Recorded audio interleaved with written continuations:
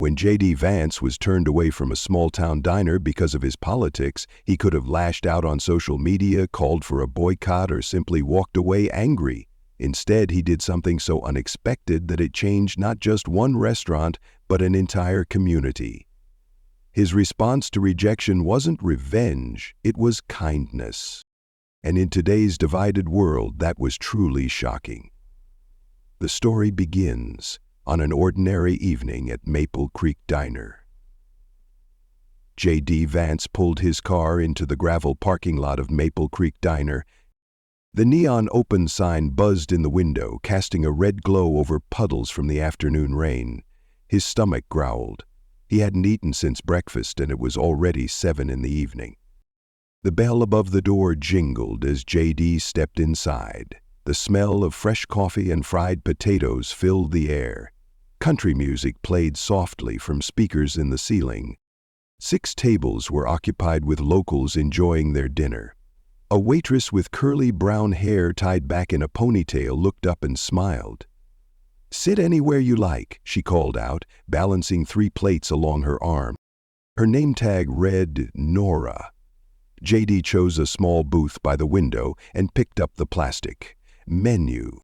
Everything looked good after a long day. The special was meatloaf with mashed potatoes. His grandmother used to make that on cold nights. The memory made him smile. Norah finished delivering her orders and walked over with a glass of water and a notepad. "Welcome to Maple Creek. Can I start you with some coffee?" "That would be great, thank you," J.D. said as Norah turned toward the use. Coffee pot.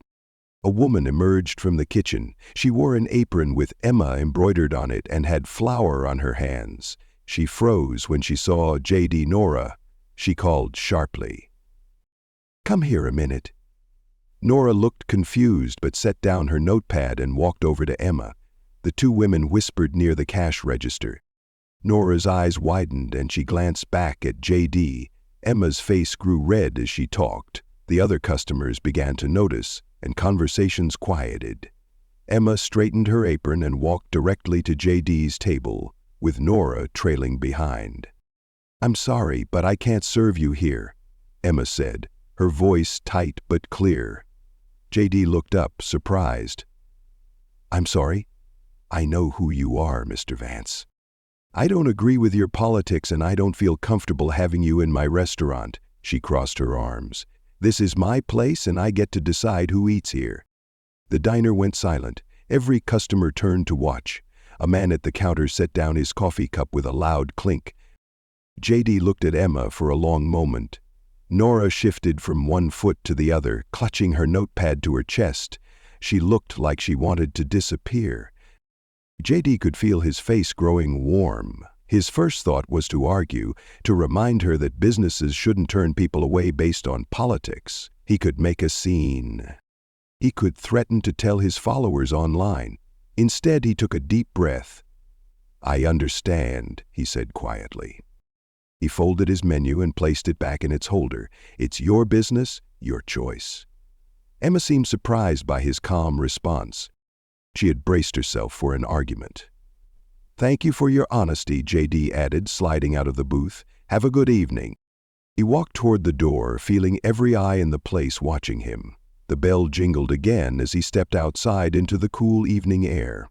Back in his car, J.D. sat with his hands on the steering wheel. His stomach still growled, but now he felt a weight on his chest too. He wasn't a stranger to rejection. His whole life had been about facing hard truths and finding ways forward. Through the window he could see Emma talking to the customers, her hands moving quickly as she explained. Some people nodded, others looked uncomfortable. Norah stood by the coffee pot, staring at her shoes. J.D. reached for his phone and scrolled through his contacts. He found the number he was looking for and pressed call. It rang 3 times before a voice answered. "Hey, it's J.D. Remember that thing we talked about last month? I think I found the perfect place." He looked back at the diner with its warm, golden lights against the darkening sky. "Yeah, tomorrow works. I'll send you the details." J.D. smiled slightly. "Trust me, this is going to surprise everyone." He hung up and started his car. The radio came on, playing an old Johnny Cash song. As he pulled out of the parking lot, he didn't feel angry anymore. He felt something else, something like hope. Norah watched J.D.'s car disappear down the road. The diner slowly returned to normal, but she couldn't shake the knot in her stomach. "Ain't you believe it?" Emma said, coming to stand beside her. "We just walked out." "No fuss, did we have to do that?" Norah asked quietly. "He was just trying to eat dinner." Emma's face hardened. "My parents lost their farm because of policies he supports. I can't serve someone like that and feel right about it." Norah nodded but didn't reply. The bell above the door jingled as a family of 4 entered. Emma went to greet them, her smile back in place. For the rest of her shift, Norah took orders and delivered food, but her mind kept returning to J.D.'s face when Emma turned him away. He hadn't looked angry, he'd looked sad. As she wiped down the last table at closing time, Norah wondered what J.D. had done after leaving. Probably found another restaurant, probably told people online about mean Emma and her little diner. Tomorrow would be just another day at Maple Creek. Or so she thought. She had no idea what was coming next. Norah's feet ached as she walked up the 3 flights of stairs to her apartment. The elevator had been broken for months, and the landlord kept saying he'd fix it next week. She'd stopped believing him after the 4th next week came and went. The hallway smelled like someone's burnt dinner. Norah dug in her purse for her keys, trying not to make noise. It was almost midnight, and her grandmother would be sleeping. She pushed the door open slowly and stepped into the dark living room. A small lamp clicked on. "You're late," said a soft voice. Zoe Reynolds sat in her faded blue armchair, a crocheted blanket over her legs. Her silver hair was tied in a loose braid, and her reading glasses hung on a chain around her neck. "Sorry, Grandma. Emma asked me to stay and help with inventory." Norah set her purse on the kitchen counter. "Why are you still up? Did you take your medicine?" Zoe waved away the question. "Of course I did. I'm not a child." She patted the couch beside her chair. "Come, sit. You look troubled." Norah kicked off her shoes and sank into the couch. She never could hide anything from her grandmother. Zoe had raised her since she was 8, after Norah's parents died in a car crash. Zoe could read her like a book. "Something happened at the diner today," Norah began. She told Zoe about J.D. Vance coming in and Emma refusing to serve him. "She just told him to leave, in front of everyone?" Zoe frowned. "Yeah, and the weird thing is, he didn't get mad.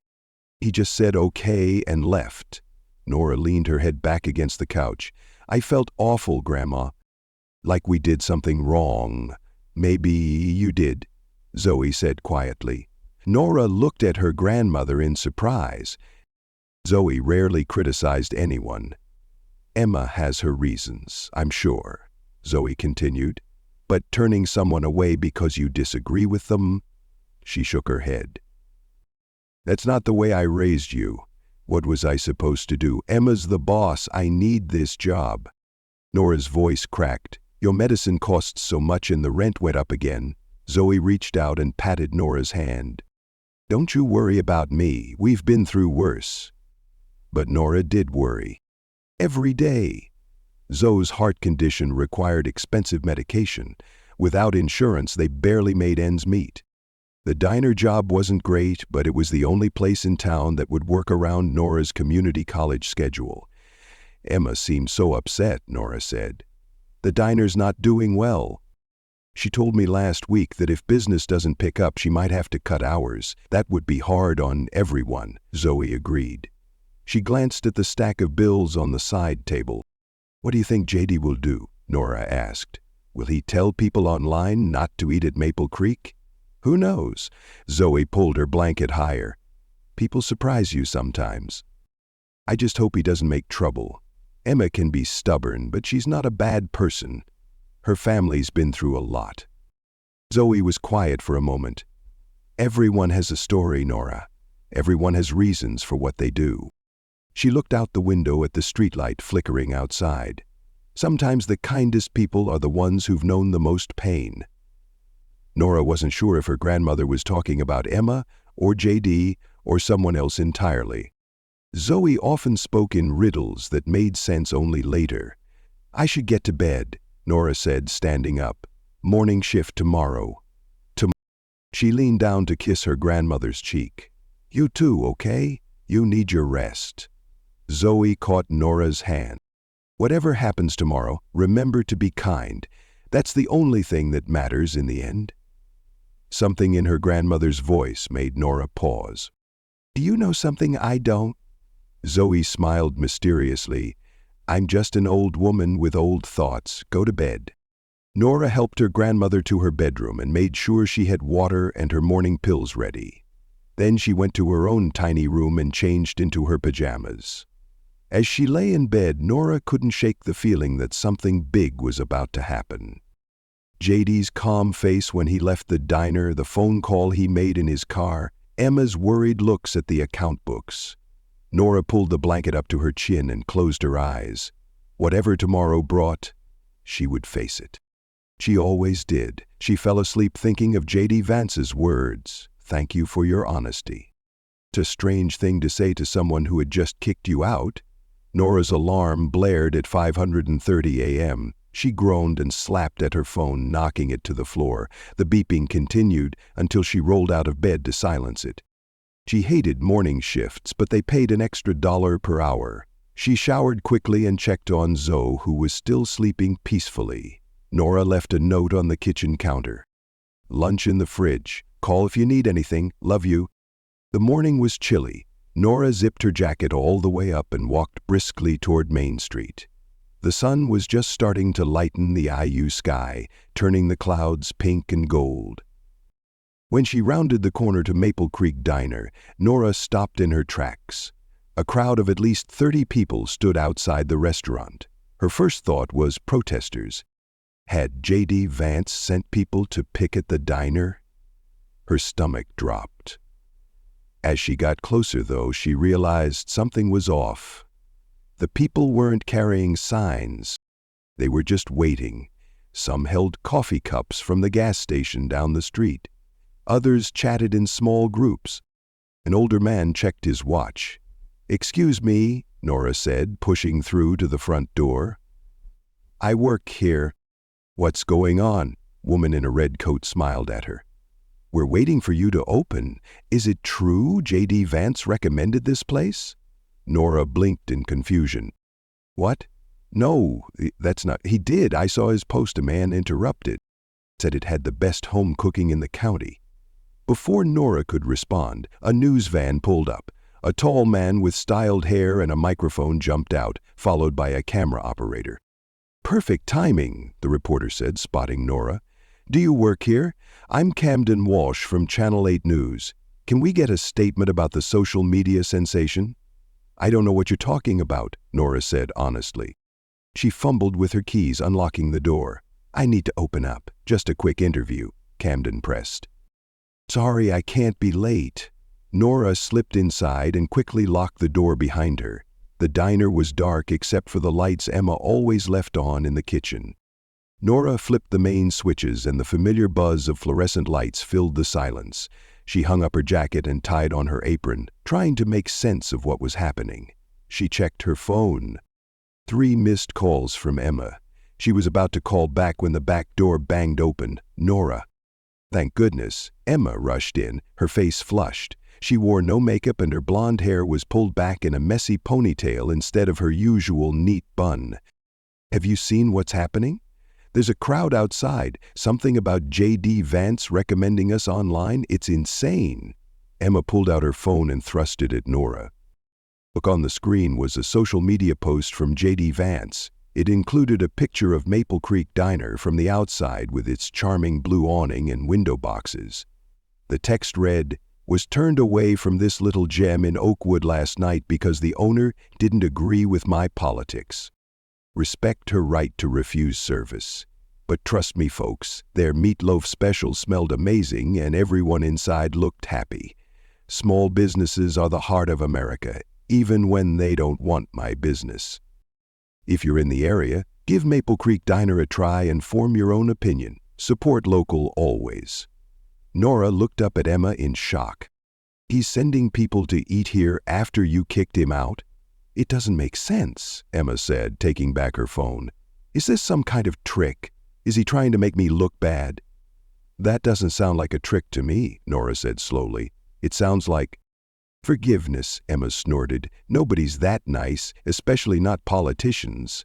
The front door rattled as someone knocked. Camden, the reporter, waved through the glass, pointing at his watch. We're not open for 20 more minutes, Emma called. I just want a quick statement about the viral post. Camden shouted back, Viral?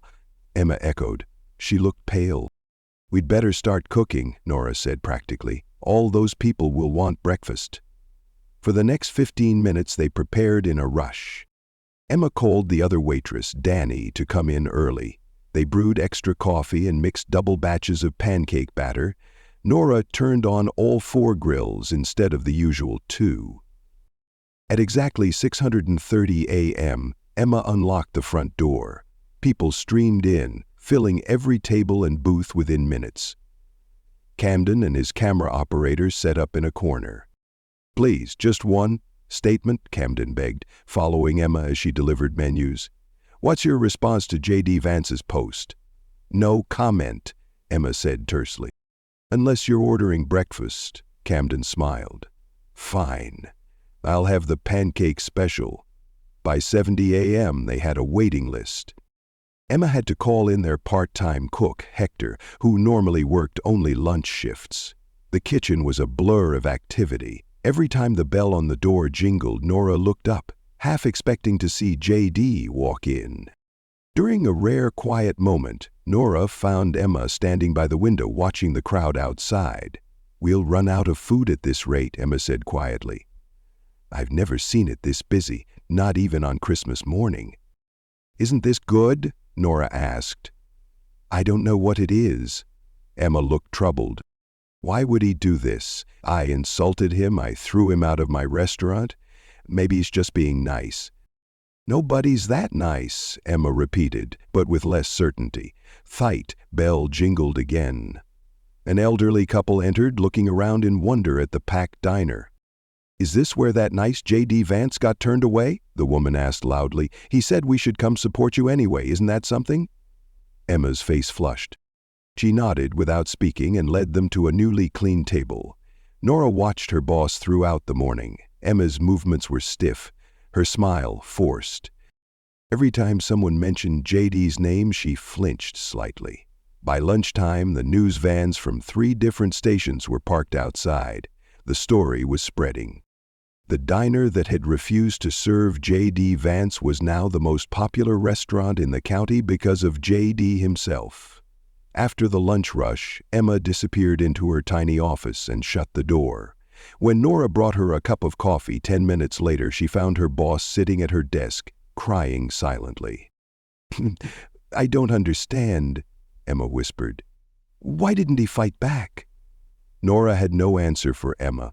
She set the coffee cup on the desk and stepped back, unsure what to say to her boss. Maybe he's just a nice person, she offered finally. Emma wiped her eyes with a napkin. Nobody is that nice, especially not in politics. She sighed and straightened her shoulders. We should get back out there. The dinner crowd will start soon. For the rest of the week, Maple Creek Diner stayed busy from open until close. Emma had to call suppliers twice to get extra deliveries. She hired 2 new waitresses and another cook. The cash register filled up so fast that she had to make bank runs in the middle of the day. On Friday afternoon, Norah overheard 2 customers talking while she refilled their coffee. It's got to be a trick, said a man in a work uniform. He's making her look bad. All these people coming here, they're just waiting for her to mess up. I don't think so, his friend argued. My cousin knows J.D.'s assistant, says he's actually a decent guy in person. Maybe he meant what he said about supporting local business. Politicians don't do nice things for no reason, the first man insisted. Norah moved on to the next table, but similar conversations echoed throughout the diner all day. Some people thought J.D. was setting a trap. Others believed he was being genuinely kind. Nobody seemed to agree. During her break, Norah checked her phone. The story had spread beyond their small town. National news sites had picked it up.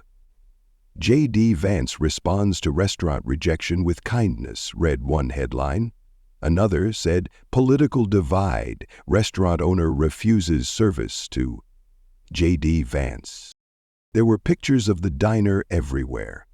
People online argued about Emma's right to turn J.D. away. Others praised J.D. for his peaceful response. Some called for boycotts. Others planned road trips just to eat at the now famous diner. Norah felt dizzy looking at it all. Their little diner had become a symbol in some larger fight that had nothing to do with meatloaf or coffee. When she got home that night, Zoe was watching the local news. Camden Walsh stood outside Maple Creek Diner, talking into his microphone. The owner, Emma Rose, has declined to comment further on why she refused service to J.D. Vance, he was saying, but sources say she has personal reasons for her political views. Norah grabbed the remote and turned off the TV. "Hey, I was watching that," Zoe protested. "It's all lies," Norah said, dropping onto the couch. "They don't know anything about Emma or why she did what she did." Zoe studied her granddaughter's face. "You look exhausted, dear." "I am. The diner's been packed all week. My feet are killing me." Norah rubbed her eyes. "But Emma looks worse. She barely sleeps. She jumps every time the door opens, like she's expecting J.D. to walk in. Is she sorry for what she did?" Norah thought about it. "I don't know. She's confused. We all are." She looked at her grandmother. "What would you have done if someone you disagreed with strongly came into your business?" Zoe was quiet for a moment. "When I was young, your grandfather and I ran a small grocery store. Times were different then. There were people who didn't want us to serve certain customers because of the color of their skin." Norah nodded. She'd heard stories about those days. "We decided that our store would serve everyone, not because we agreed with everyone, but because we believed people should be judged by how they treat others, not by who they are or what they believe." Zoe reached for Norah's hand, but it wasn't easy. "We lost friends. We got threats." "This feels different," Norah said. "Is it?" Zoe asked gently. "Turning someone away is a serious thing. It says, 'You're not welcome here.' That's a heavy message to give anyone." Norah had no response. She helped her grandmother to bed and then checked her phone one more time before sleeping. J.D. Vance had made no new comments about the diner. Just that one post sending people their way. The next morning, Norah arrived early again. The crowd outside was smaller but still impressive for a Saturday at 6 a.m. Inside, she found Emma already cooking. Dark circles hung under her eyes. "You're early," Norah said, tying on her apron. "Couldn't sleep." Emma flipped pancakes with quick, sharp movements. "The bank called yesterday. They want to meet about a loan I applied for last month." "Suddenly I'm a good risk," she laughed without humor. "1 week of good business and everyone thinks I'm a success." "Isn't that good news?" Emma's hand stilled on the spatula. "Is it? I kicked a man out of my restaurant because I didn't like his politics. He responded by sending me more business than I've had in 3 years. She looked at Norah, her eyes red-rimmed. "What does that make me?" Before Norah could answer, they heard a commotion at the front door. The early customers were getting impatient. "Let's talk later," Emma said, turning back to the grill. "After the lunch rush, I need to make a decision about all this." "What kind of decision?" Norah asked, but Emma just shook her head and kept cooking, her face troubled and tired. A week after J.D. Vance's post, Maple Creek Diner was still the busiest restaurant in town.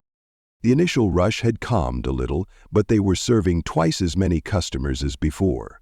Emma had to order new menus with slightly higher prices to cover the extra staff she'd hired. The morning was foggy as Norah arrived for her shift. She didn't have to be there until 9, but she'd promised to help sort through deliveries. The mailman was just leaving as she walked up. "Morning, Norah," he said cheerfully. "Got quite a stack for Emma today. Seems everyone wants to write to the famous diner lady." Norah nodded politely and took the bundle of mail. Since the story broke, Emma had received letters from all over the country. Some supported her decision to turn J.D. away. Others called her names that made Nora's ears burn. Emma had stopped opening them after the third day. Inside, Nora sorted the mail into the usual piles: bills, business letters, and what Emma called opinion mail. That last pile went straight into a box under the counter to be dealt with someday. An envelope in the middle of the stack caught Nora's eye. It was cream-colored and heavier than the others. The handwriting on the front was neat and slanted slightly to the right. There was no return address, just Emma Rose and the diner's address. Nora set it aside, separate from the opinion mail.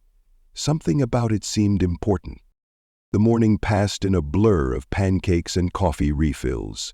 Around 11, when the breakfast crowd thinned and before the lunch rush began, Nora remembered the cream envelope. There was something different in the mail today, she told Emma, pulling the envelope from her apron pocket. "I thought you might want to see it." Emma looked up from the schedule she was making. "If it's another person telling me I'm what's wrong with America, I'll pass." "I don't think that's what it is." Nora handed her the envelope. "The handwriting seems personal." Emma took it with a sigh. She turned it over in her hands, running her finger along the edge. "Fine. I'll look at it later." But she didn't put it in the opinion box. Instead, she slipped it into her pocket and went back to the schedule. Nora didn't see the envelope again until closing time. She was wiping down tables when she noticed Emma sitting alone in a corner booth, the cream envelope open in front of her. Emma's face was very still as she read, one hand pressed against her mouth. Not wanting to intrude, Nora continued cleaning. But when she glanced over again, Emma was still in the same position, staring at the letter. "Everything okay?" Nora asked quietly.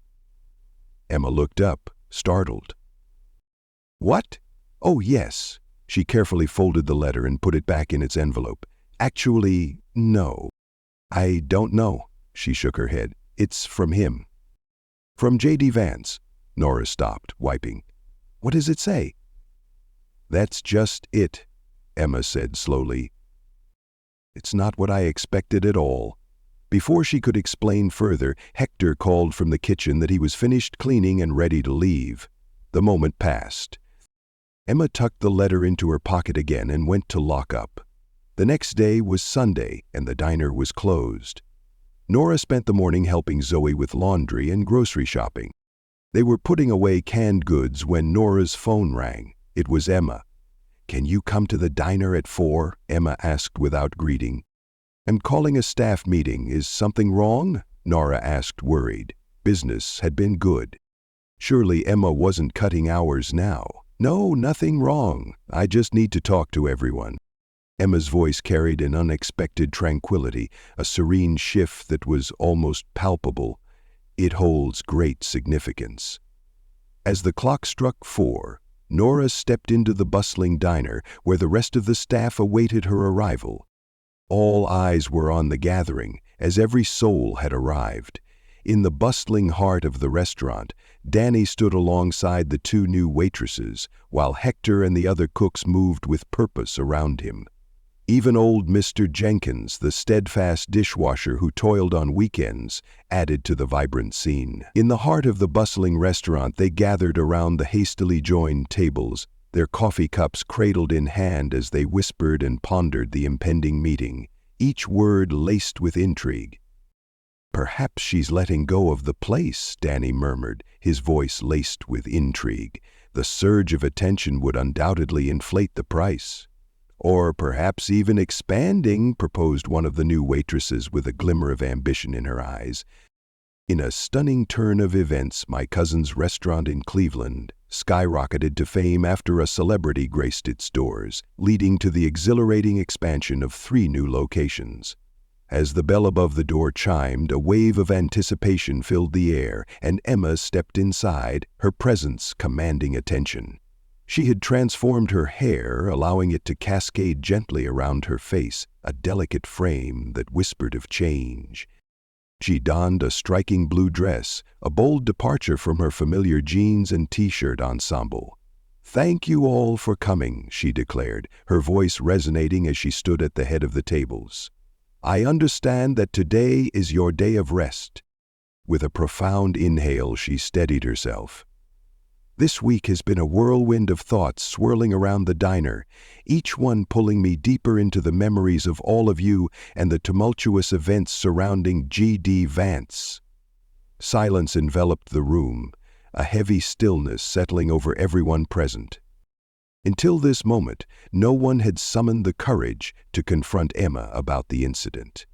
"I received a letter from him," Emma continued, her voice trembling with emotion. With a swift motion, she extracted the cream envelope from the depths of her purse.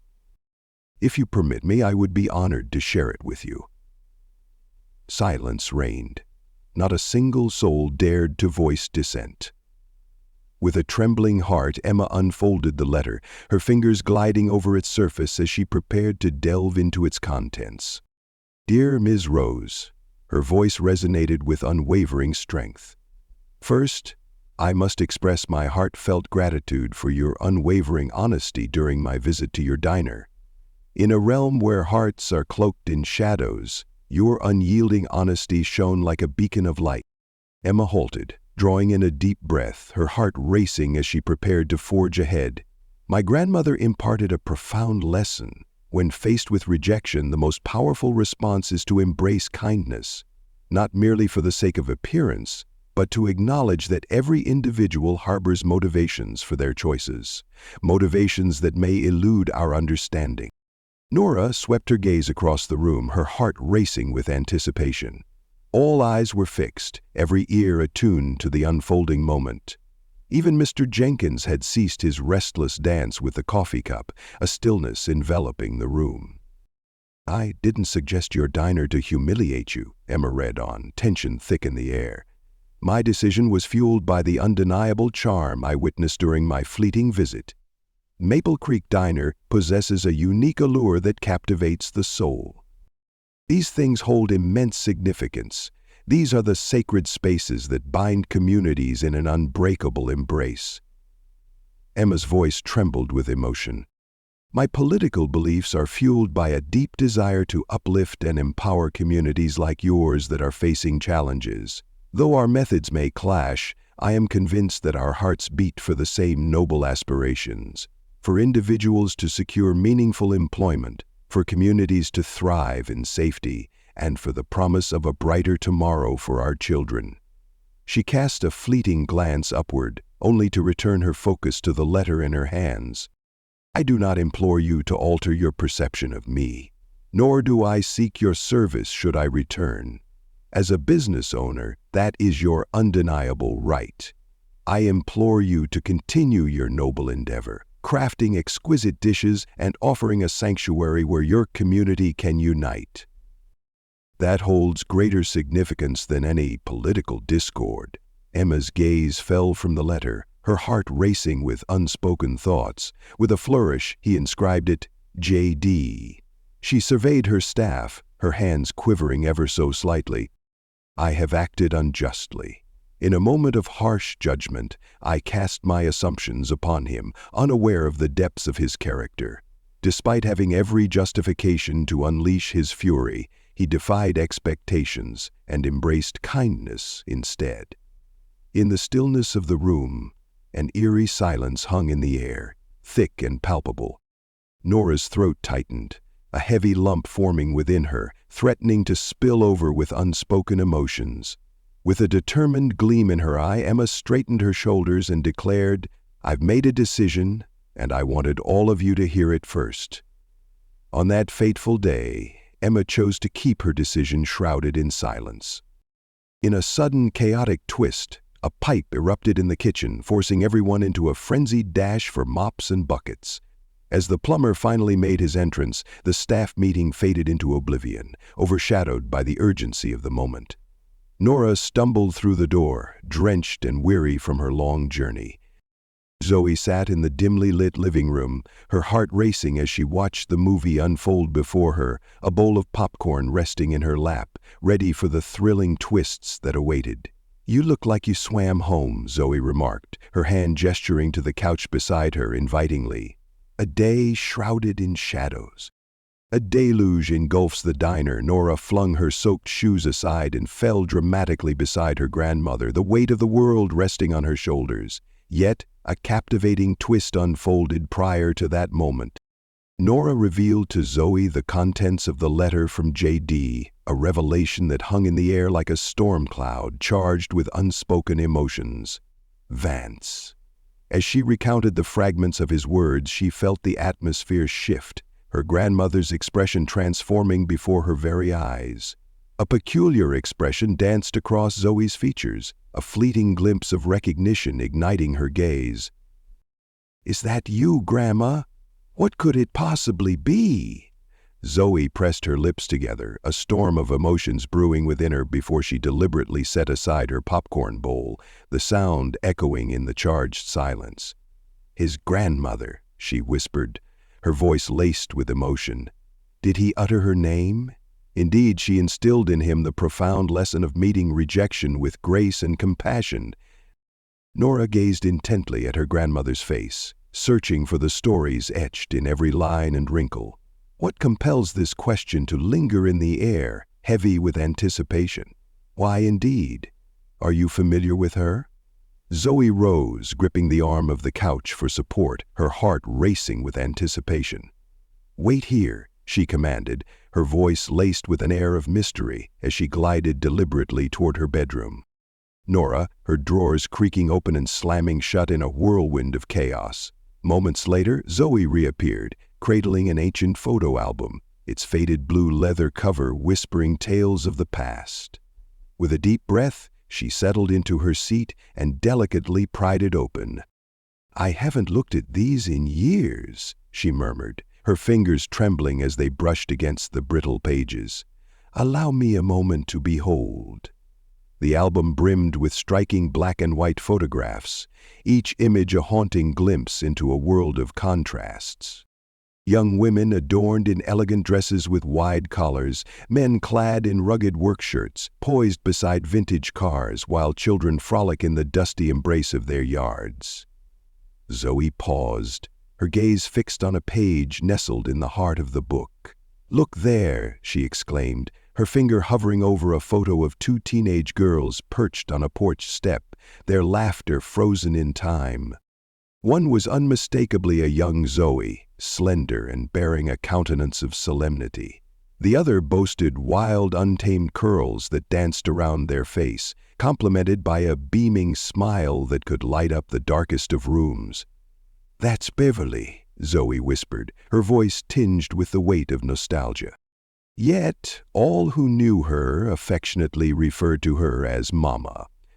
Norah's gaze flickered between the photo and her grandmother, a storm of emotions brewing within her. Mother?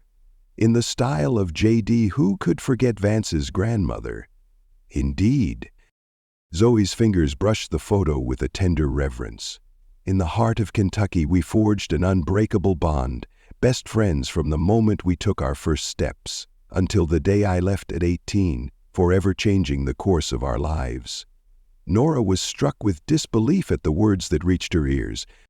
"You were acquainted with J.D., who is Vance's grandmother. Why did you remain silent when I revealed that he was coming to the diner?" Uncertainty loomed over me. Initially, Zoe confessed, Vance is not her true family name, and there are countless individuals burdened with formidable grandmothers hailing from Kentucky. Yet when you revealed the words he penned in that letter speaking of meeting rejection with grace, a faint smile graced her lip. That was nothing short of Beverly's essence. She would always utter those words, a refrain that echoed in the corners of my mind. Norah cast a lingering glance at the photo, her heart heavy with memories. The girl destined to be J.D.'s.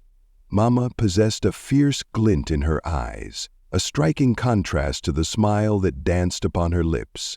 With a fierce tenderness, she wrapped one arm around young Zoe's shoulders, shielding her from the world.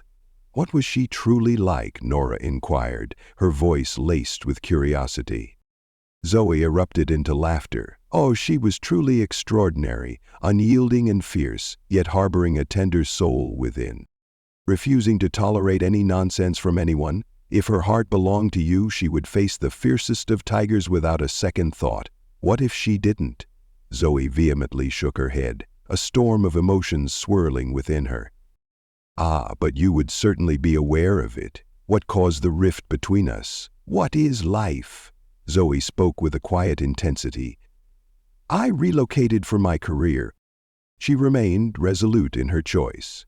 We exchanged letters for a time, but you understand how things can change. In a time long past, when the world was devoid of cell phones and the convenience of email, with a swift motion she flipped to the next page of the album, unveiling a cascade of memories.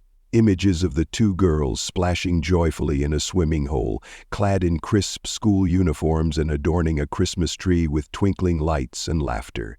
From the depths of obscurity, Beverly and I emerged, Zoe continued, her voice laced with intensity. Desperate, yet she always insisted that we would rise and carve our destinies.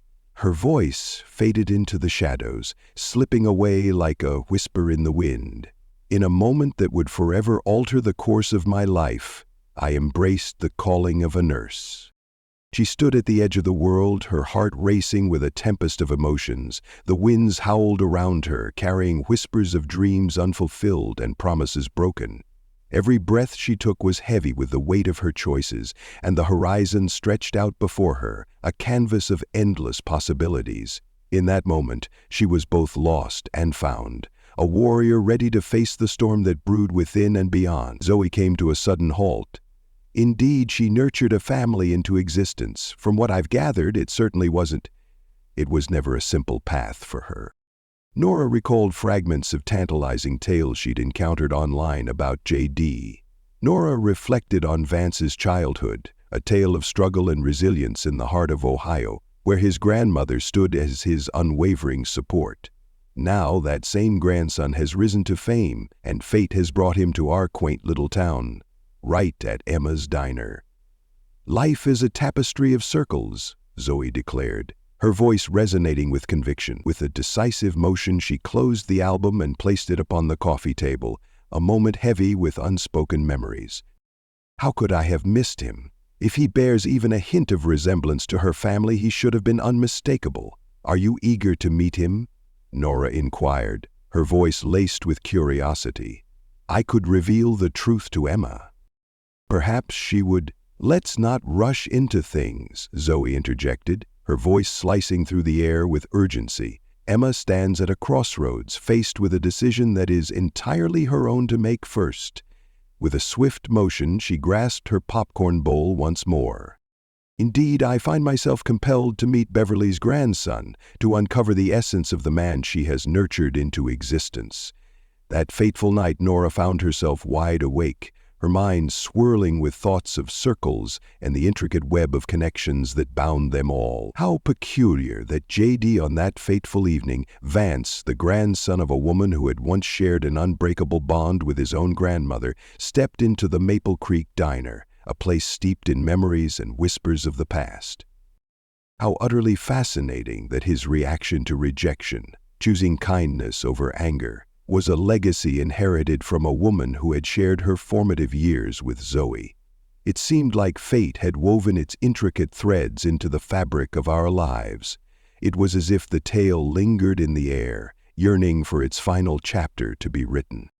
Norah's phone erupted into a cacophony at 5:15 the following morning, yanking her from the depths of slumber. In the suffocating darkness, she desperately reached out, her hand colliding with a glass of water, sending it crashing to the ground. Is anyone there? Her voice emerged as a raspy whisper, barely breaking the silence. Norah, it's Emma. Can you hear me? I urgently require your presence at the office before the sun rises. Norah jolted upright, her senses ignited with urgency. Is everything all right? Could it be the pipe once more? Absolutely not, nothing of the sort. I must speak with you urgently. Ah, the tale I was poised to share with you all yesterday, just before the deluge swept in.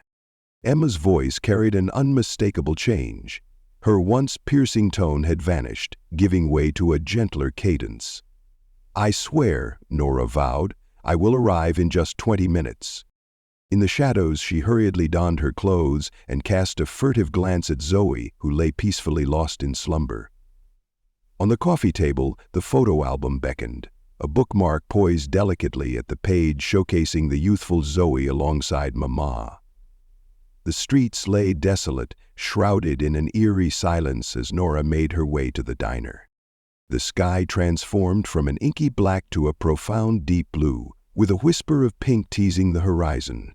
A solitary car glided by, its headlights casting a fleeting glow on the familiar storefronts that held countless memories for her. As she arrived at Maple Creek Diner, the lights blazed to life, casting an inviting glow into the night.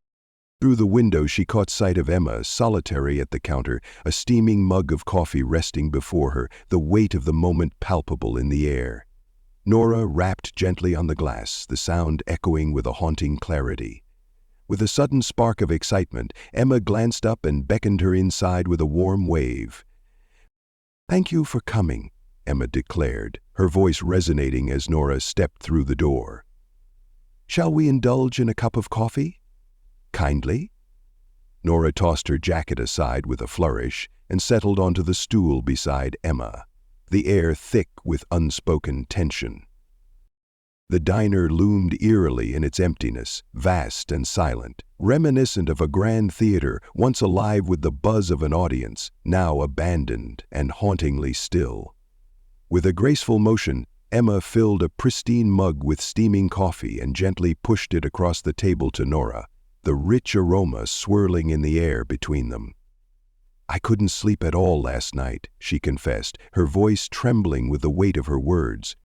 "The letter consumed my thoughts, a relentless whisper urging me to decide my next move." "And?" Norah inquired, her chilled fingers encircling the steaming mug, seeking solace in its warmth. With a calm yet resolute demeanor, Emma declared, "I will invite him back. J.D. Vance, I shall extend an invitation for him to dine with us here." Norah's hand trembled and the coffee teetered on the edge of disaster. "Is that truly the case?" Emma gave a decisive nod, her expression filled with unspoken resolve. "I have acted unjustly.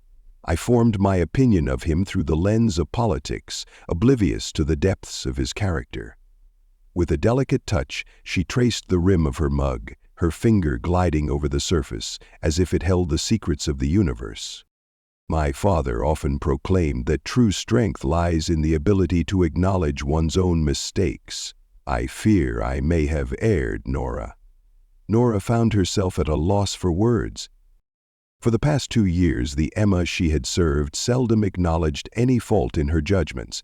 This is not a tale of recipes, nor a narrative of schedules, and absolutely not a discourse on deeply held beliefs. "I believe that's truly courageous," Norah declared at last. "It lacks the essence of bravery. A chilling sense of fear envelops me." Emma's voice barely broke the silence, a whisper that seemed to hang in the air, laden with unspoken thoughts.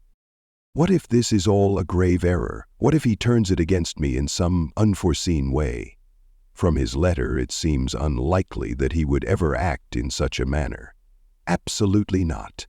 Emma lifted her cup, the rich aroma enveloping her senses, and took a deliberate sip of her coffee. "That is precisely why I felt compelled to reach out to you first. Your insight is invaluable to me, and I urgently seek your assistance in crafting the invitation." Words like that elude me. Norah was overwhelmed with a sense of honor as Emma turned to her, seeking her assistance. As they deliberated over the words for the invitation, she wrestled with the decision of whether to reveal the secrets she had uncovered from Zoe. Would uncovering the connection bring Emma a sense of ease, or create a storm of hesitation in her mind about inviting J.D.?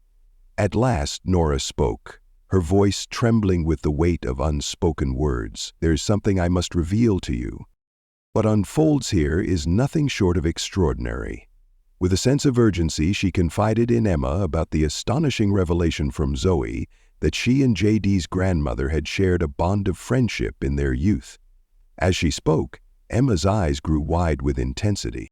"Is this for real?" Emma burst forth, cutting through the silence.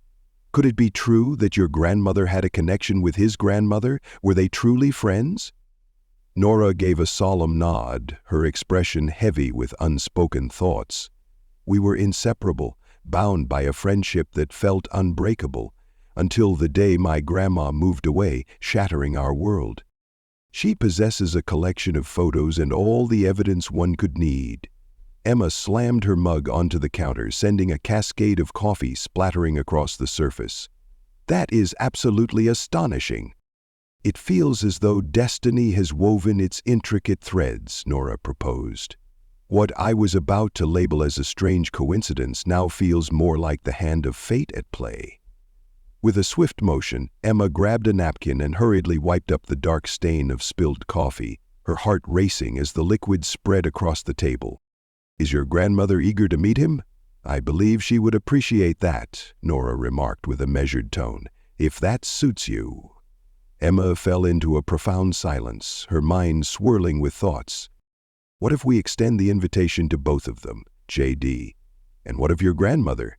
Transform it into a genuine dialogue, not merely a dinner filled with apologies. Her eyes sparkled with the thrill of the idea.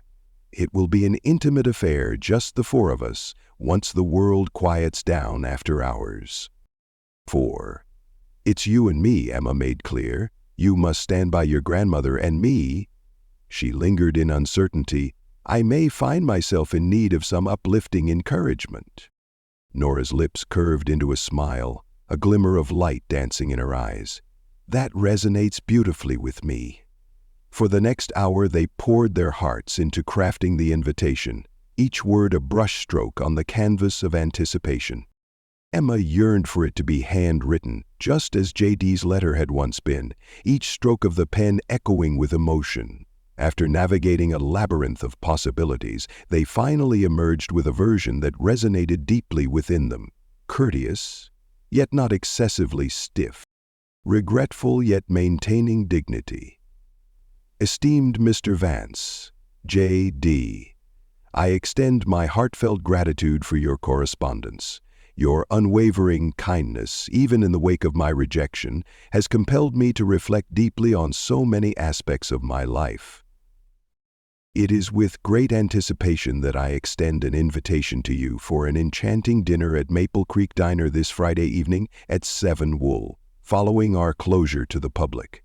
I wish to extend my sincerest apologies in person and present you with the meal that was unjustly withheld from you. There exists a truly remarkable revelation I have uncovered. My waitress Norah shares a fascinating connection. Her grandmother Zoe Reynolds is convinced she was childhood friends with your grandmother in the enchanting landscapes of Kentucky.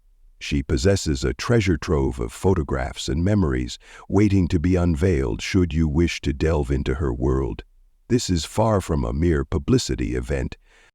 Silence reigns, devoid of press and cameras, a moment to connect as human beings, leaving politics behind. With heartfelt sincerity, Emma Rose carefully sealed the letter within one of the diner's strikingly red envelopes, her pen gliding across the surface as she inscribed J.D.'s name on the front. How on earth do we deliver this to him? She pondered, her voice laced with urgency. I can help with that, Norah declared, her voice filled with determination. Camden Walsh, the relentless reporter, has announced his plans to cover J.D.'s highly anticipated visit to the community college tomorrow. I might just summon him to bring it forth. Emma's expression was fraught with doubt. Is it possible to rely on a reporter to convey a private letter without transforming it into a sensational tale? I believe that is indeed the case. His coverage has been nothing short of fair thus far. As they reached the conclusion of their task, the first rays of the morning staff began to pierce through the dawn, signaling their arrival. The rhythm of the diner enveloped everything around it.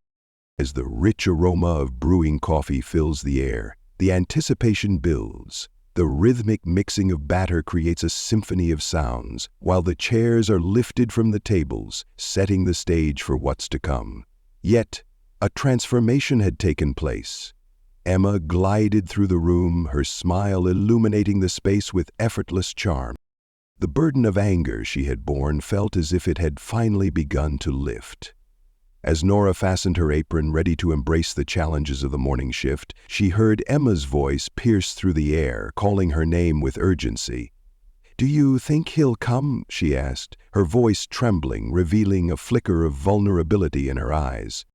"I do," Norah declared, her voice unwavering and filled with conviction. "From all that has unfolded, he appears to be a person who wholeheartedly embraces the notion of second chances." With a determined nod, Emma squared her shoulders and pivoted to welcome the first customers of the day, ready to embrace whatever awaited her. Yet just before she took the plunge, Norah caught the faint whisper, "I hope you're right." Camden Walsh made a fateful decision to deliver the letter. He vowed to Norah that he would not weave it into a tale, yet the glint of curiosity in his eyes betrayed the struggle of that promise, hinting at a story yearning to be told. 2 days later, a mysterious text message arrived for Emma from an unknown number, igniting a spark of curiosity and intrigue. "Ms. Rose, allow me to introduce myself. I'm J.D Vance. I sincerely appreciate your kind invitation. It would be a privilege to accompany you this Friday from 7 to 8. Satyakiriks, the bond I share with my grandmother resonates deeply within me. For me? Shall I grace the gathering with a delightful dessert?"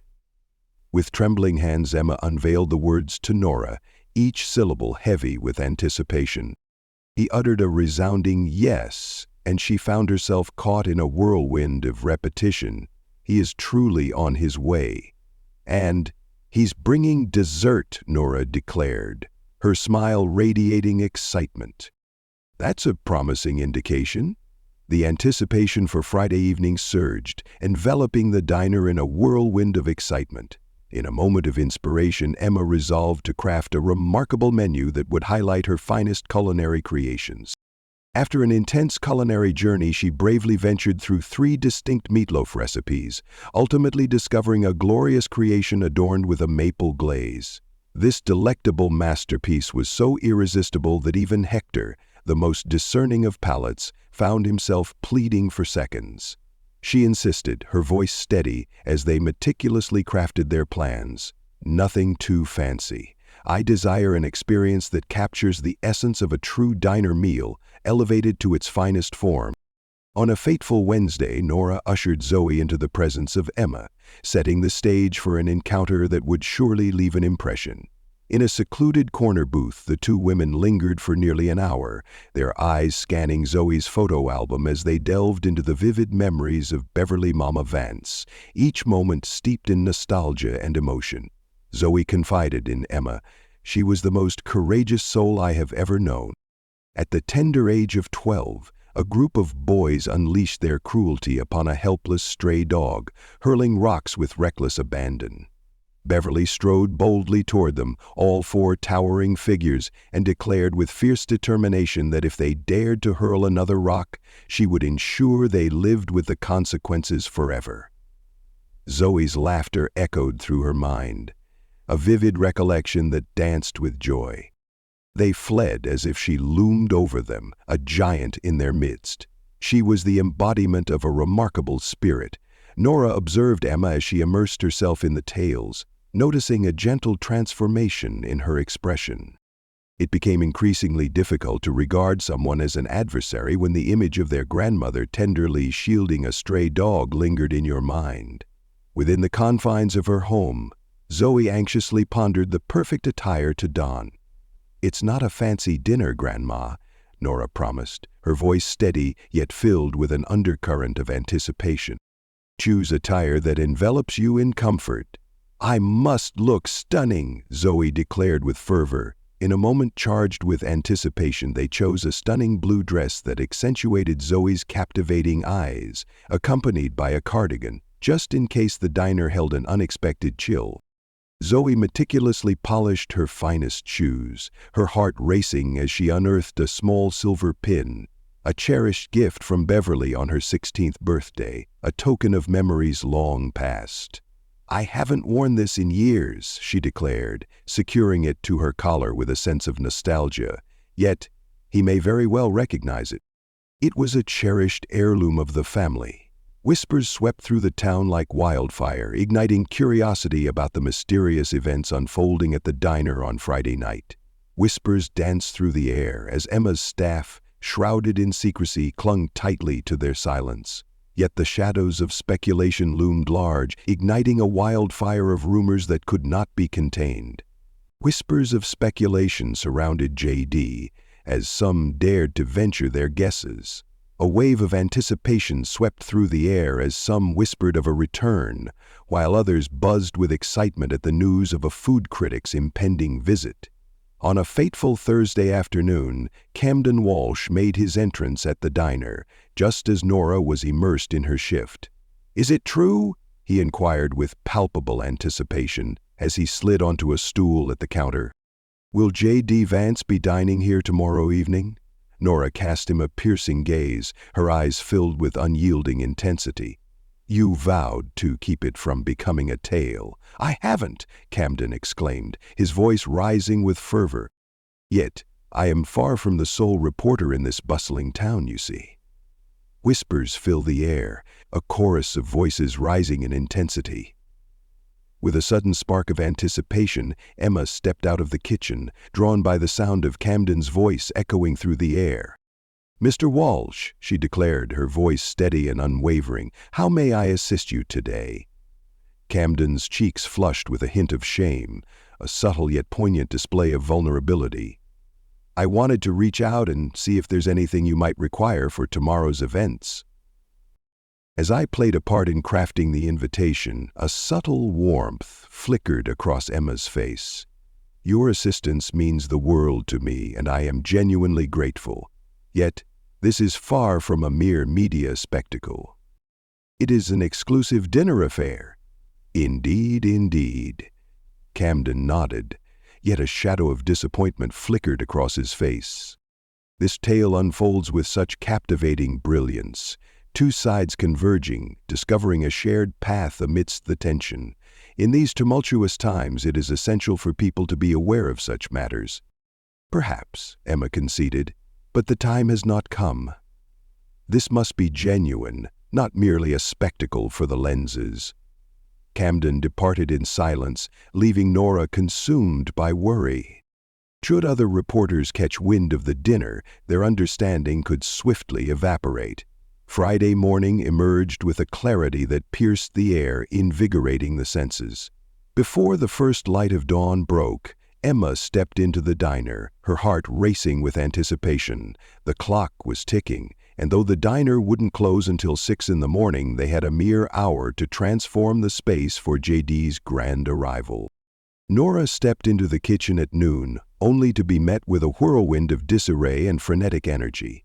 Every surface lay beneath a chaotic tapestry of food preparation. Emma had crafted rolls from scratch, and the intoxicating aroma of baking bread enveloped the room, weaving a spell of warmth and comfort. "It's merely dinner," Norah assured her boss, "not a grand state banquet." I know," Emma exclaimed, brushing flour from her cheek with a flourish. "Yet my desire is for it to be nothing short of perfection." The day unfolded in a whirlwind of bustling customers and frantic preparations. At 5:30, Norah dialed Zoe's number, her heart racing with anticipation, eager to confirm that her friend was prepared for what lay ahead. With a sense of purpose, Hector stepped forward, offering to collect her on his journey back to the diner. As the clock struck 6, Emma turned the sign on the door to closed with a decisive flick and secured the lock, sealing the world outside. The staff sprang into action, swiftly clearing and resetting the finest table by the window, perfectly positioned to offer a glimpse of the outside world while remaining tantalizingly out of sight from the street. Emma had discovered a tablecloth and cloth napkins, exquisite touches that the diner typically shunned. "What if it becomes an uncomfortable situation?" Emma's voice cut through the air, a sudden interruption as she halted her meticulous arrangement of silverware. "What if silence envelops us, leaving our words unspoken and our thoughts adrift?" Norah promised her, "You will have an abundance to discuss." Amidst the bustling diner, the tangled web of politics, and the cherished presence of his grandmother, the true challenge lies in weaving these threads into a single, unforgettable dinner. At the stroke of 6:30, Zoe made her grand entrance alongside Hector. She appeared enchanting in her blue dress, her white hair elegantly styled, the silver pin at her collar shimmering with a captivating brilliance. With utmost care, she cradled the photo album, its delicate form swathed in a cloth bag, as if it held the weight of memories untold. "You look absolutely stunning, Grandma," Norah exclaimed, wrapping her arms around her in a tender embrace. Zoe anxiously smoothed her dress, her heart racing with anticipation. "Do you believe he will notice any connection to the girl captured in those photographs? It feels like an eternity has passed."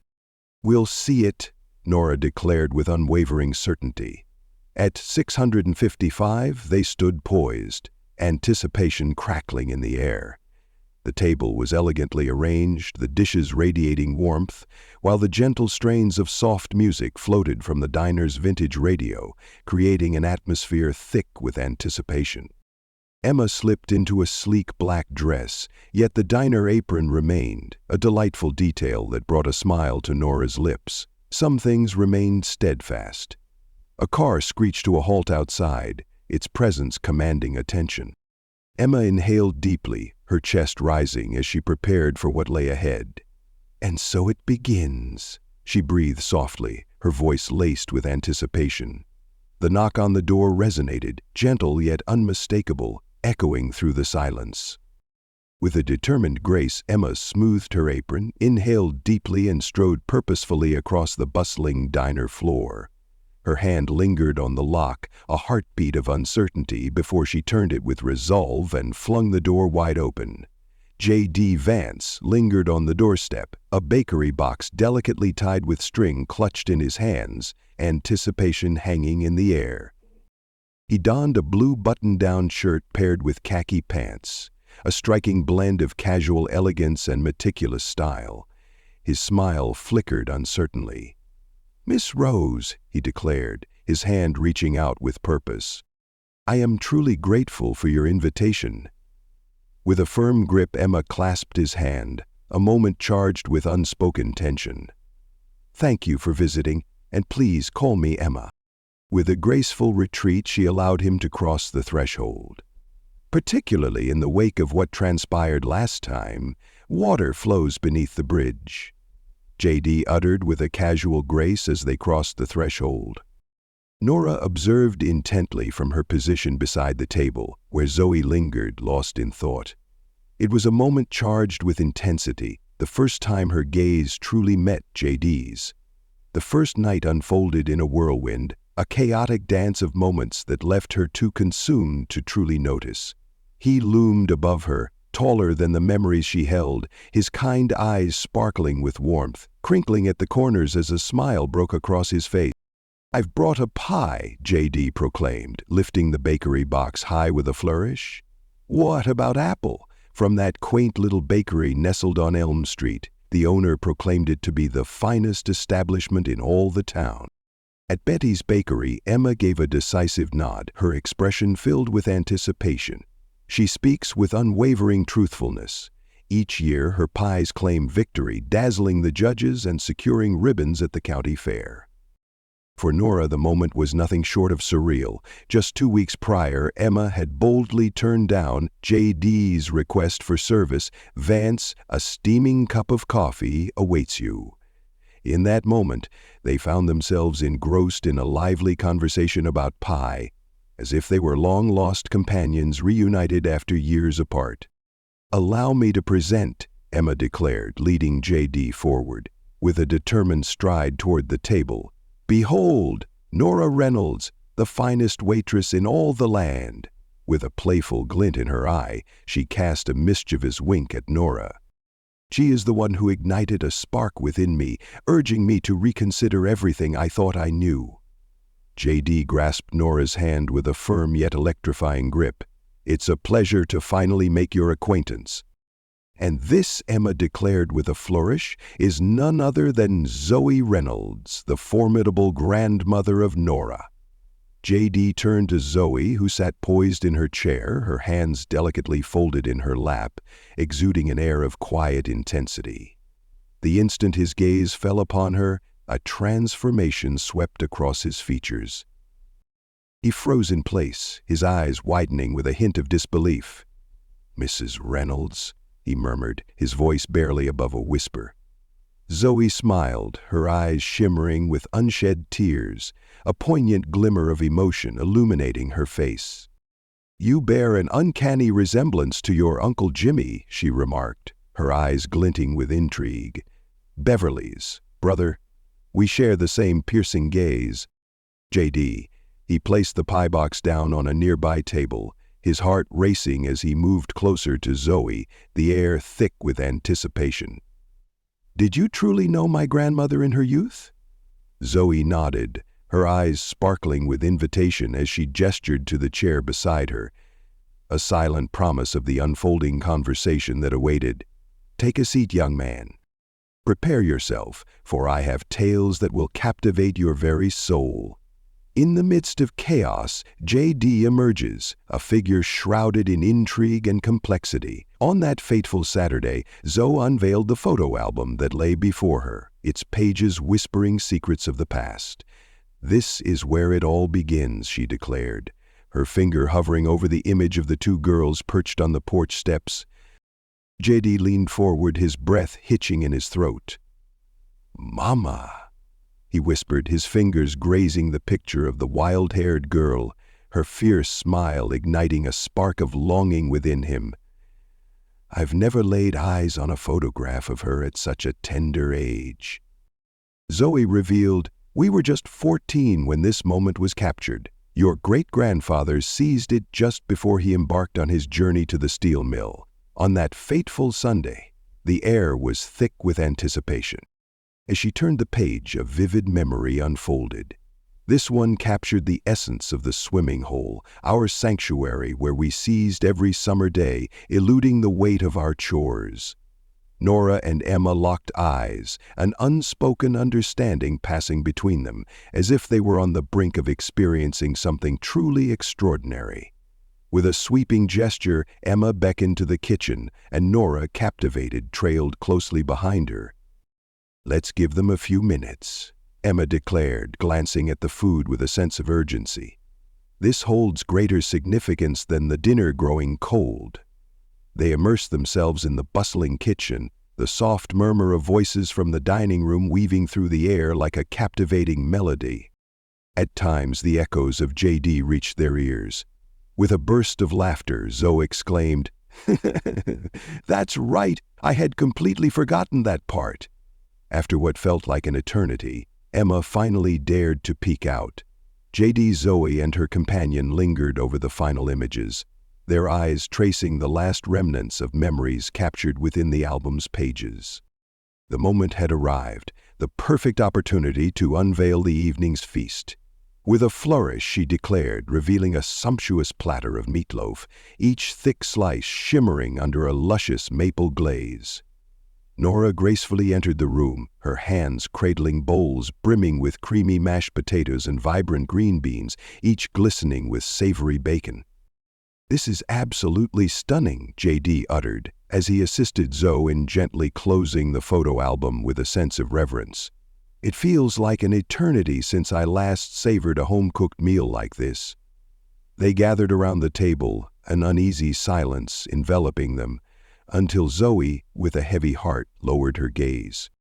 With a graceful gesture, she set the tone, and one by one the others followed suit, joining her in a heartfelt blessing for the food and the cherished company surrounding them.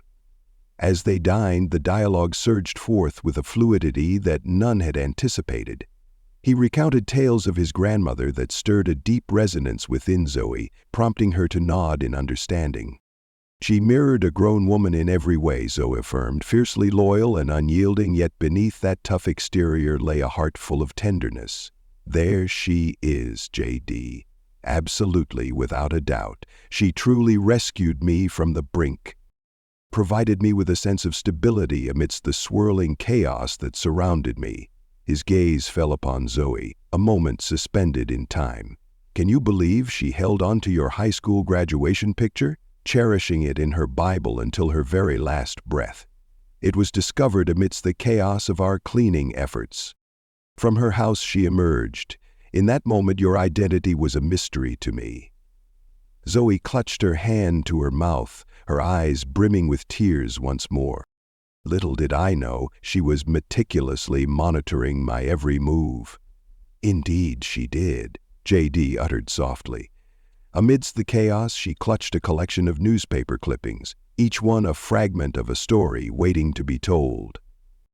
When you earned your nursing degree, when you triumphed in receiving that prestigious Community Service Award in 1987, "Oh, my stars!" Zoe breathed, her voice trembling with awe.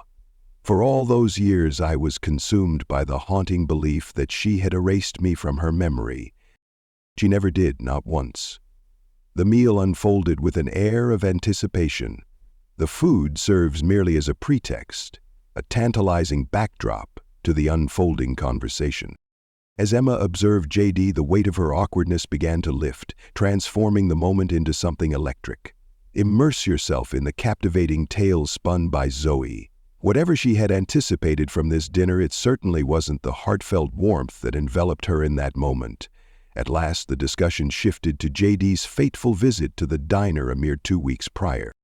"I owe you an apology," Emma declared, her fork clattering onto the plate as she met his gaze with intensity. "I misjudged you, and it was a grave error on my part. I failed to grant you an opportunity." J.G. He shook his head, a gesture laden with unspoken thoughts and emotions. "Each individual possesses the undeniable right to hold their own opinions. Opinions indeed, but let us not descend into unkindness."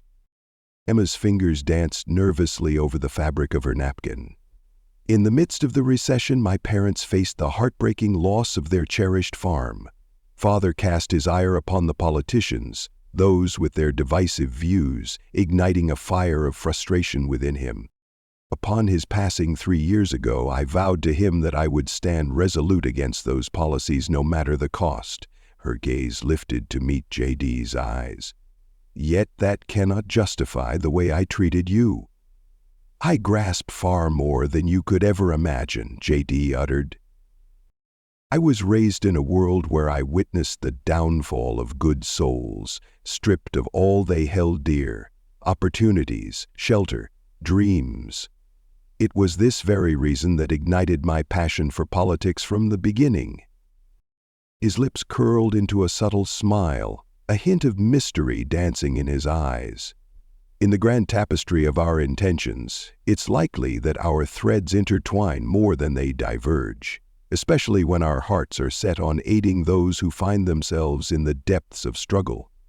Norah observed her boss as he nodded slowly, each movement heavy with contemplation. The tension that had long resided in Emma's shoulders, a constant presence in Norah's life, appeared to dissipate ever so slightly. As the dinner plates were cleared away, the grand finale arrived. A luscious apple pie, warm and inviting, accompanied by a scoop of velvety vanilla ice cream, ready to delight the senses. J.D. refused to back down from clearing the plates, even in the face of Emma's fervent protests. As they savored their dessert, the atmosphere transformed and the conversation danced toward lighter, more whimsical topics. What are your most cherished literary treasures? What about the world of cinema? What are the most incredible fishing spots in the county? As Zoe suppressed a yawn, Nora's heart raced with the realization that the clock was nearing the ominous hour of 10. "I suppose I should take Grandma home," she admitted, her voice heavy with hesitation. J.D. rose without hesitation. "Absolutely. The hour grows late, shadows lengthening as time slips away." With a swift motion, he turned to Zoe, grasping her hand with a fervor that spoke volumes. "Mrs. Reynolds, encountering you has been," he appeared to be on a quest for the perfect word, "a precious offering. It felt as though I had unearthed a fragment of my grandmother, a treasure I never realized was absent from my life."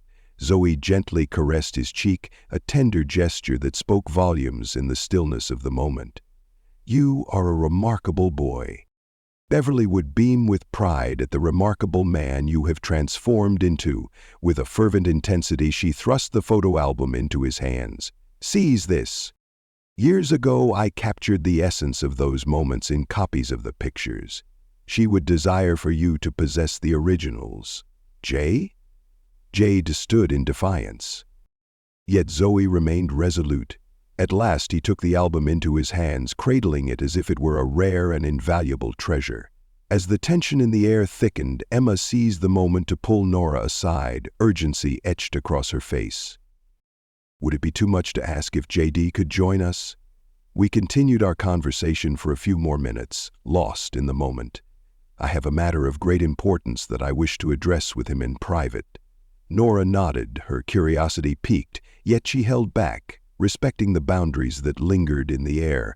With a gentle touch, she assisted Zoe in fastening her cardigan, her eyes fixed on J.D. as he moved with purpose, grasped Emma's hand in a firm shake.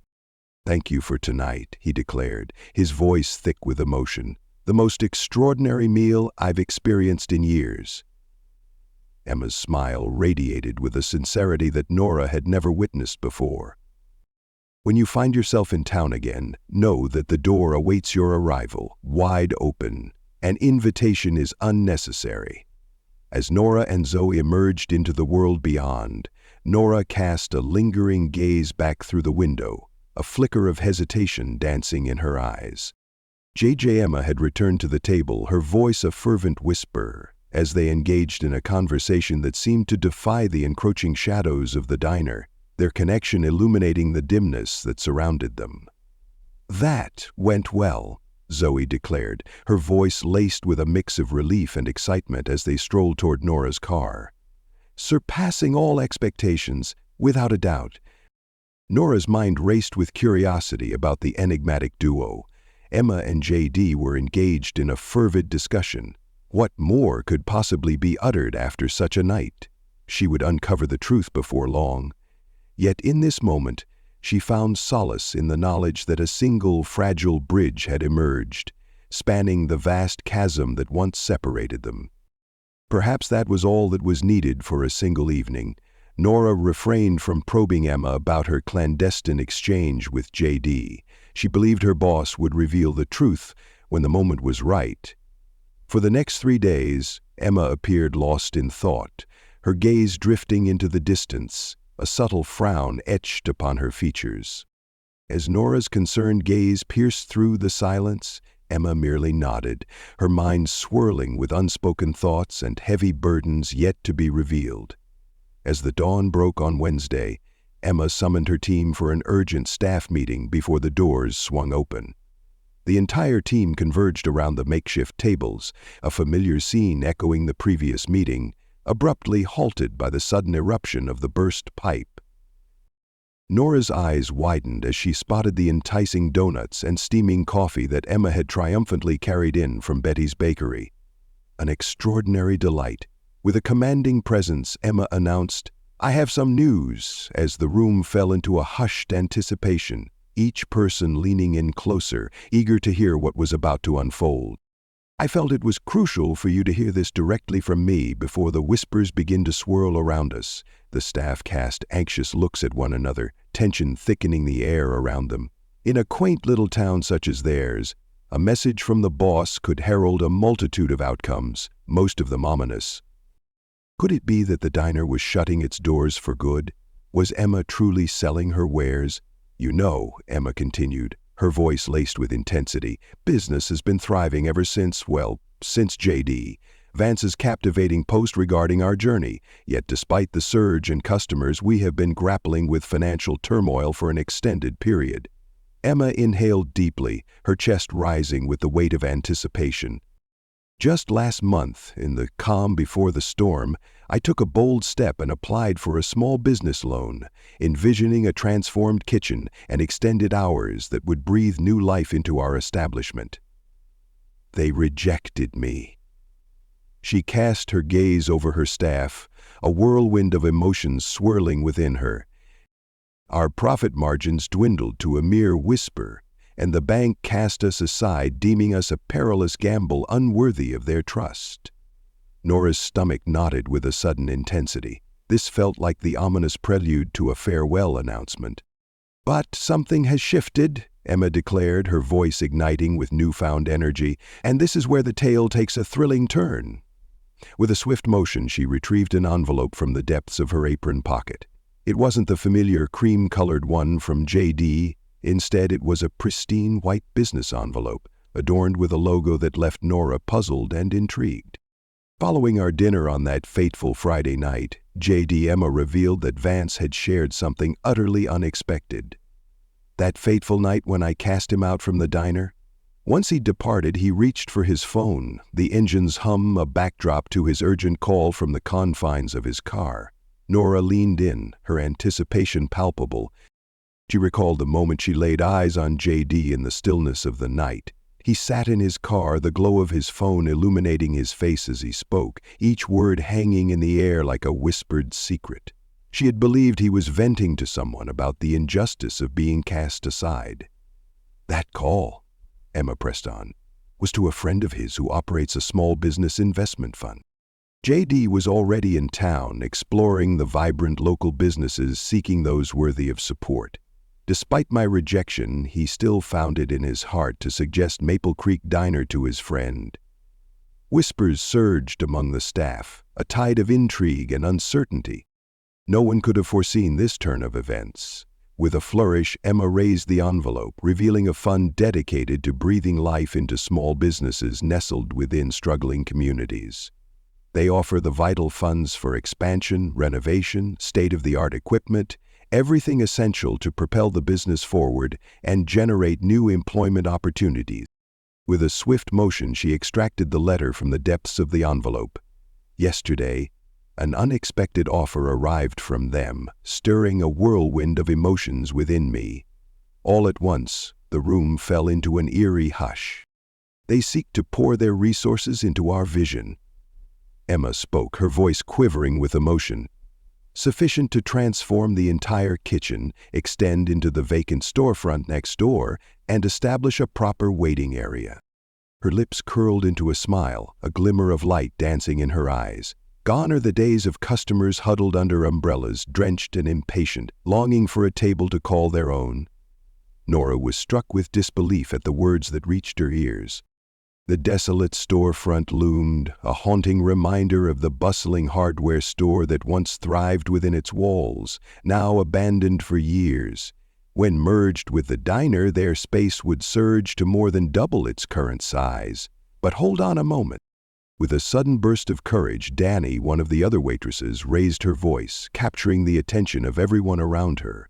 "What's the hidden truth lurking beneath the surface? Are they seeking to transform the diner? Transform it into something exquisite, or weave it into a captivating chain?" Emma vehemently shook her head, a storm of emotions swirling within her. "That is the truly astonishing aspect. They seek to remain free from any grasp on the business. I retain complete ownership and wield the power to make every decision. Our mission is clear. We must forge at least 5 new opportunities and ensure that every full-time employee is embraced by the security of health insurance." An electrifying wave of anticipation surged through the room. For years, Emma had yearned to provide health insurance, a dream that always seemed just out of reach due to financial constraints. "Is that what he revealed to you on that fateful Friday night?" Nora inquired, her voice laced with curiosity. "What lies beneath this investment?" Indeed, Emma has given her confirmation. He insisted that I be the first to hear about it away from prying eyes. To clarify, there were absolutely no strings attached. He will not take part personally in the investment or the diner. He was the one who pointed us toward the fund, setting the stage for what was to come. In a moment that caught everyone off guard, Hector, the quiet observer of countless meetings, boldly raised his hand. What could possibly drive him to such a decision? What happened after you cast him out? It was the question that lingered in the air, a haunting whisper that had captivated their minds. Emma fell into a profound silence, the weight of the moment hanging in the air. She finally revealed, "I asked him that same thing." His response was strikingly straightforward. for that is precisely what my grandmother would have chosen to do." Norah recalled the captivating tale Zoe had woven about Mama Vance. Her unwavering loyalty, her fierce protectiveness, her steadfast belief in the power of second chances, it all fell into place. "What unfolds next in this unfolding tale?" Norah inquired, her voice laced with curiosity. "If we accept the offer, renovations will commence next month," Emma declared with a sense of urgency. "We shall remain open for the majority of the time, yet there may be a necessity to close our doors for a week as they undertake the monumental task of replacing the main kitchen equipment." She cast her gaze over her team, a storm of thoughts swirling in her mind. It would signify a profound transformation for each and every one of us. With the promise of additional hours comes the weight of greater responsibility. I require shift supervisors and a dedicated manager to oversee the newly expanded section. Norah watched as her co-workers absorbed the news, their eyes igniting with a spark of hope as they grasped the profound implications it held for their futures. "I haven't said yes yet," Emma continued, her voice laced with uncertainty and anticipation. "I felt it was essential to address all of you before anyone else.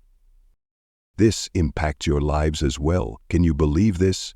Danny erupted with fervor. "Embrace the moment and declare your affirmation.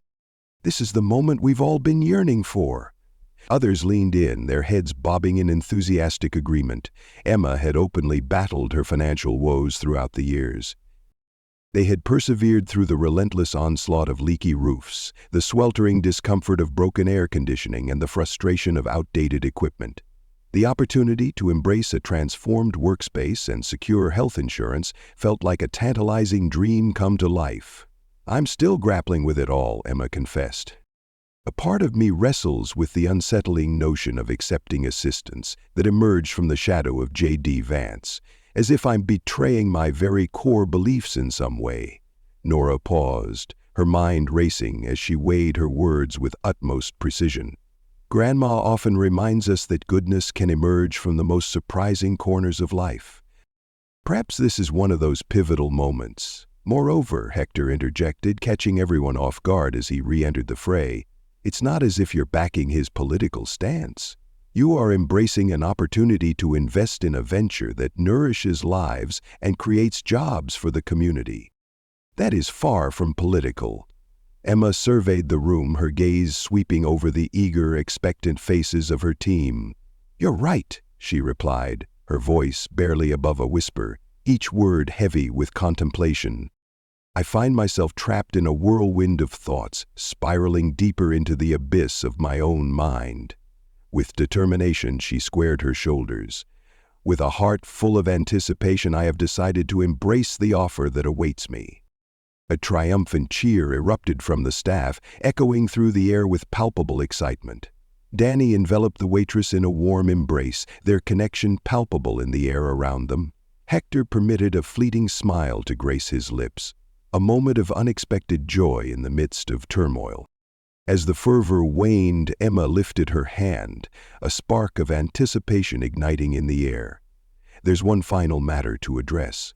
Should this come to fruition, when it finally comes to fruition, I envision a transformation in our operations, extending beyond the mere structure to encompass our entire methodology."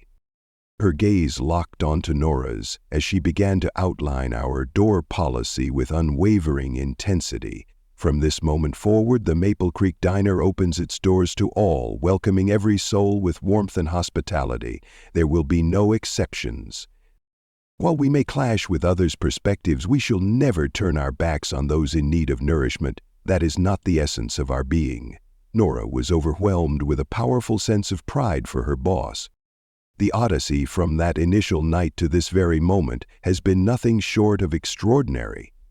After the meeting, as the day's curtain was about to rise, Norah caught sight of Emma, her gaze fixed on the vacant storefront next door, a haunting emptiness reflected in her eyes. "Can you even fathom it?" Emma inquired with a gentle whisper. "Just a month ago, I found myself consumed by the anxiety of how I would manage to pay the electric bill. Now, I am embarking on a bold journey of expansion. "It's truly remarkable," Norah concurred. "Have you shared the news with your parents?" She hesitated, a wave of sorrow washing over her as the memory of Emma's father's passing struck her heart. "I visited Mom last night," Emma revealed, her voice tinged with emotion. "I revealed it all to her." Concerning the decision to turn J.D. away, the details of the dinner, and the intriguing investment offer that followed. Her smile flickered like a distant star, barely illuminating the shadows around her. She echoed the words of our father, a poignant reminder that businesses are meant to unite communities, not tear them asunder. I believe he would have wholeheartedly embraced this decision, setting politics aside. Norah nodded, a wave of relief washing over her. As Emma's voice took on a contemplative tone, she revealed, "There's one more thing. J.D. confided in me that night. He declared that his very presence in town was driven by a quest to uncover businesses deserving of his unwavering support.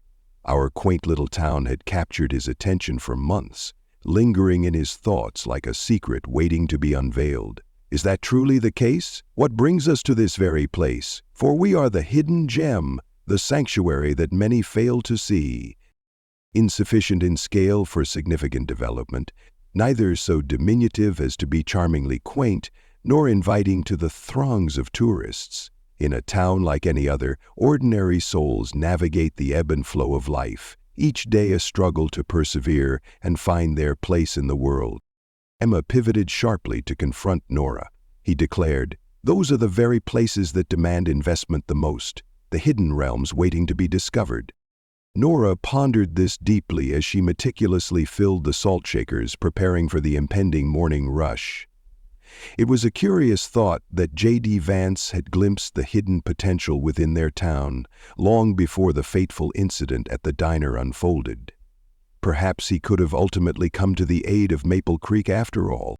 Yet, perhaps it was not strange in the slightest. Perhaps, as Zoe had proclaimed, life unfolded in intricate circles, and at times those circles intertwined in astonishing ways that defied all expectation. 6 months slipped away in the blink of an eye.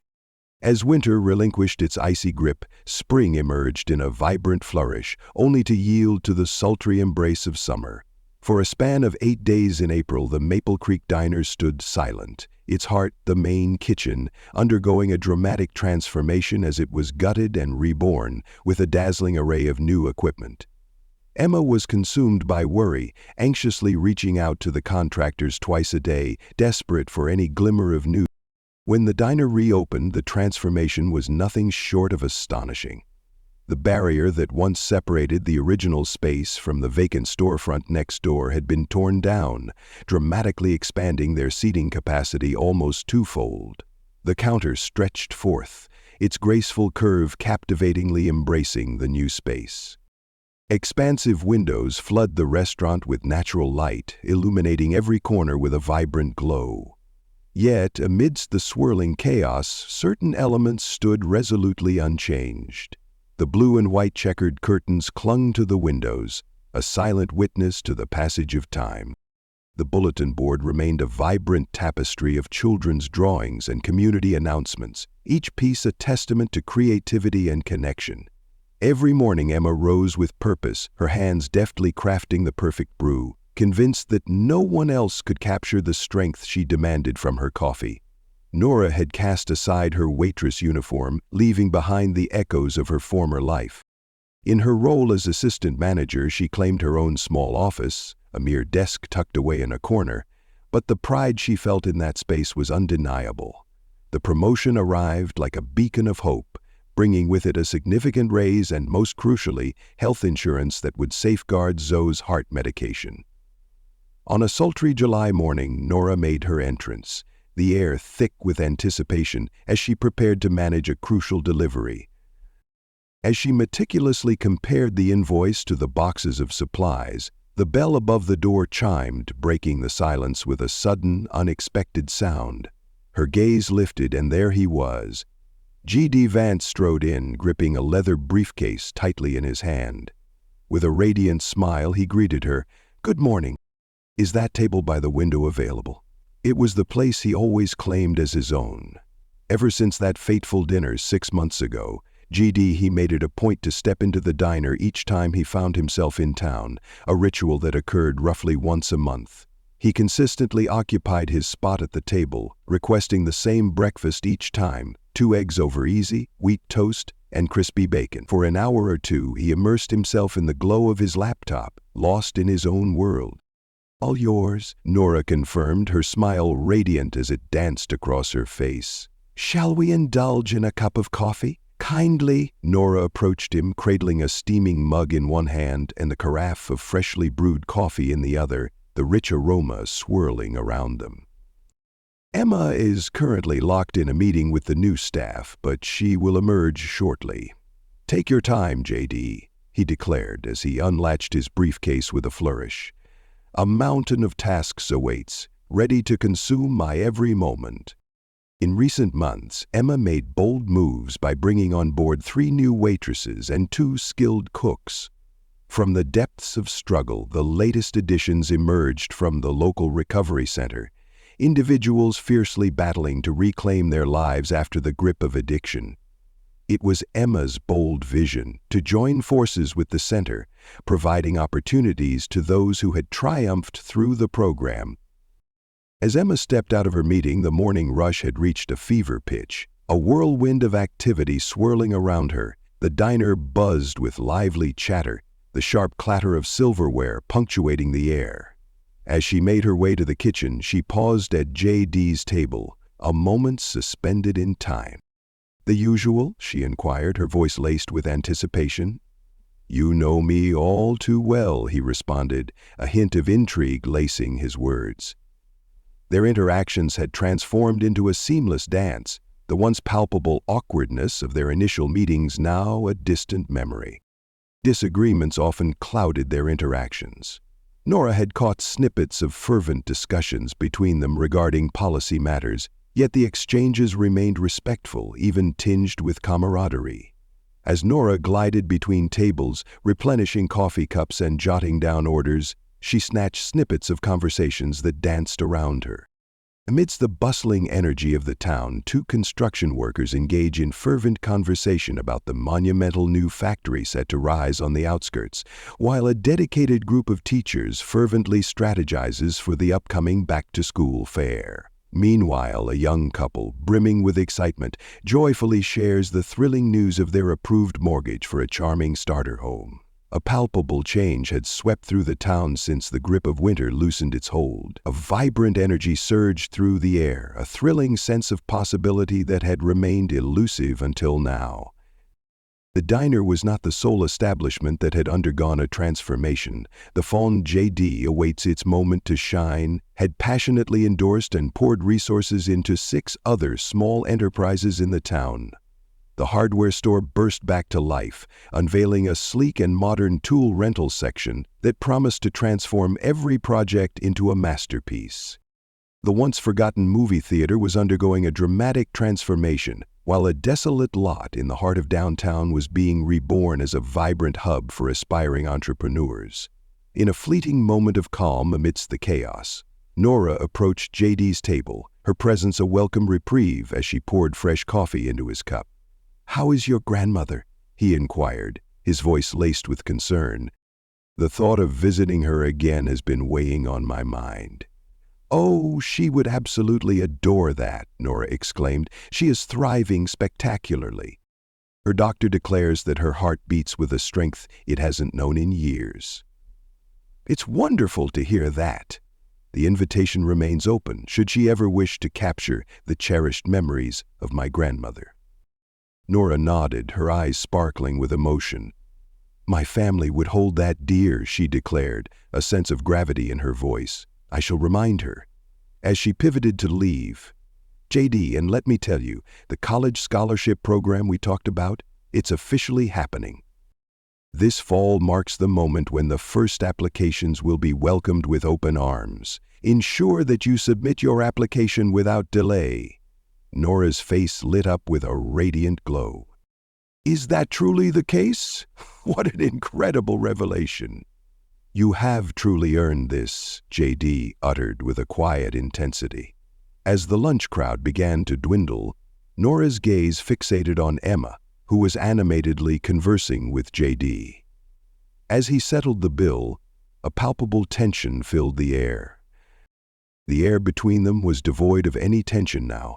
The fury that had driven Emma to cast him aside on that fateful night was nowhere to be found. "What weighs on your mind?" Zoe's voice shattered the silence of Nora's deep reflections. Her grandmother had begun a ritual of frequenting the diner, claiming her own cherished table where she would sip and engage in lively conversations with the patrons. "I was just reflecting on the vast changes that have unfolded," Nora confessed, taking a seat opposite her grandmother. "Not merely the diner, but the entire town itself. It all hinges on a single moment, one that could have unfolded in an entirely different way." Zoe nodded with an air of profound understanding. "Life pivots on the tiniest of moments, my dear. The decisions we confront in moments of pain or fury can steer us toward vastly divergent destinies." They both gazed intently as J.D. grasped Emma's hand firmly, then made his way toward the door, pausing to exchange warm greetings with several familiar faces along the path. He had transformed into a well-known figure in their town, not as a politician, but as a genuine individual.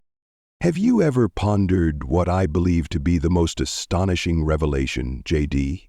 "What happened?" Zoe inquired, her eyes shimmering with excitement. "What is that?"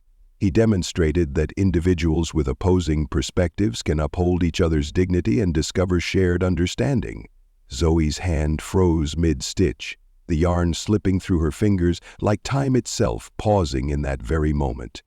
In moments such as these, it stands as nothing less than a bold transformation.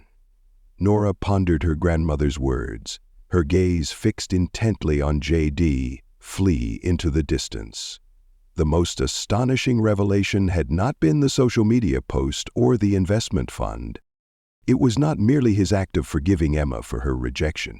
The most astonishing revelation was the bridge he constructed, a pathway for souls to converge rather than retreat, a seemingly simple decision that transformed everything. As Nora stepped back into the world of work, a profound revelation washed over her. Perhaps the true lesson lay in the power of connection, that anyone, anywhere could forge bridges with nothing but a courageous choice to meet rejection with unwavering kindness. In a realm so readily torn apart, that revelation stood as the most astonishing of all. In the unfolding saga of J.D. as the tale of Vance and the Maple Creek Diner reaches its poignant conclusion, I find myself wondering, where are you tuning in from today? No matter if you hail from a quaint little town like the one in our tale or a vibrant metropolis, the power of kindness knows no bounds and can unite us all. If this powerful message of embracing rejection with compassion struck a chord within you, please tap that like button to amplify this tale of unforeseen kindness. Prepare yourself for our next captivating tale that you won't want to overlook. It is unfolding before your very eyes at this very moment. Click now to unveil yet another poignant instance where an individual embraced understanding instead of succumbing to division in the face of today's daunting challenges. Never forget, the most transformative act could very well be extending dignity to others, particularly in moments of disagreement.